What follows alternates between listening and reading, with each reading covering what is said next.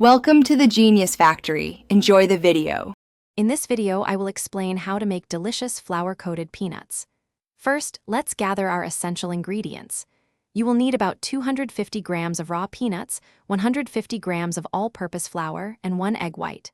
For seasoning, prepare 2 tablespoons of sugar, 1 teaspoon of salt, and any spices you enjoy, like chili powder. Finally, have about 500 milliliters of cooking oil ready for frying. Now, let's prepare our coating mixture.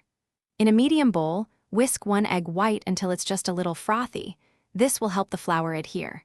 In a separate, larger bowl, combine your 150 grams of all-purpose flour with 2 tablespoons of sugar, 1 teaspoon of salt, and your chosen spices.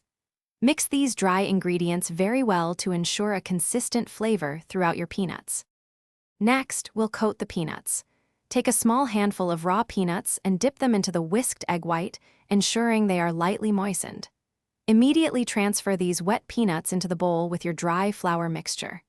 Gently toss and shake the bowl, allowing the flour to adhere evenly to each peanut.